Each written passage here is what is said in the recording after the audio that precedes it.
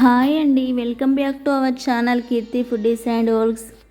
ఈరోజు టిఫిన్లోకి హోటల్ టేస్ట్తో ఉండే క్రిస్పీ దోశ ఎలా ప్రిపేర్ చేయాలో చూసేద్దాం. మీరు కూడా ఒకసారి ఈ విధంగా ట్రై చేసి చూడండి. చాలా టేస్టీగా, ఎప్పుడు చేసినా ఈ విధంగానే చేసుకునేలా రుచిగా ఉంటాయి. ముందుగా మన ఛానల్ని కొత్తగా చూసినట్లయితే సబ్స్క్రైబ్ చేసుకొని వీడియో చూసేయండి. నేను ఇక్కడ ఒక బౌల్ తీసుకొని 1 కప్పు మినపప్పును, 2 కప్పుల బియ్యాన్ని,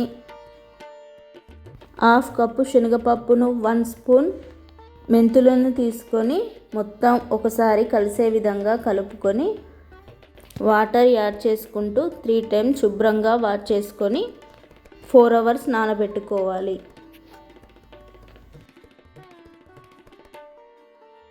ఫోర్ అవర్స్ తర్వాత మరొకసారి శుభ్రంగా వాష్ చేసుకొని వాటర్ని ఫిల్టర్ చేసుకొని ఒక మిక్సర్ జార్లోకి వేసుకొని మెత్తగా గ్రైండ్ చేసుకోవాలి.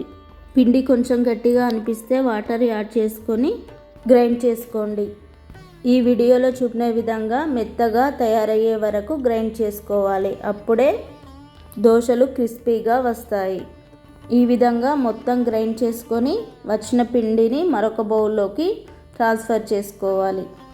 ఈ పిండిని ఈవినింగ్ ప్రిపేర్ చేసుకొని నైట్ మొత్తం పులియబెట్టుకోవాలి. నెక్స్ట్ డే మనకు ఈ విధంగా చక్కగా పులిసిపోతుంది. చూడండి పిండి ఎంత చక్కగా పులిసిపోయిందో.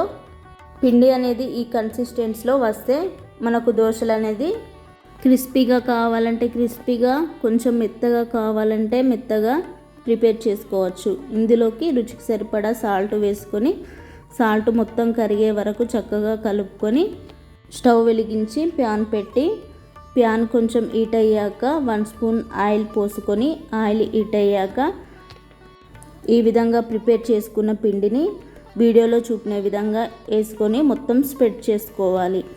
1 నిమిషం తర్వాత మరొక సైడ్కు తిప్పుకొని మరొక నిమిషం పాటు అలాగే వదిలేసి తీసి మరొక ప్లేట్లోకి ట్రాన్స్ఫర్ చేసుకోవాలి.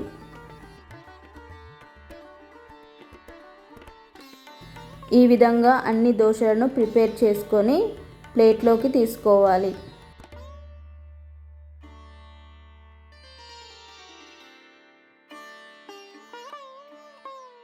ఇలా ప్రిపేర్ చేసుకున్న దోశలోకి సాంబార్, పప్పు, ఏ చట్నీతోటి తిన్నా చాలా రుచిగా ఉంటుంది. మీకు దోశలు మరీ క్రిస్పీగా కావాలనుకుంటే కొద్దిగా పల్చగా వేసుకోండి. అంతేనండి, ఎంతో రుచికరమైన దోశలు ప్రిపేర్ అయ్యాయి. మీకు నచ్చినట్లయితే సబ్స్క్రైబ్ చేసుకోండి.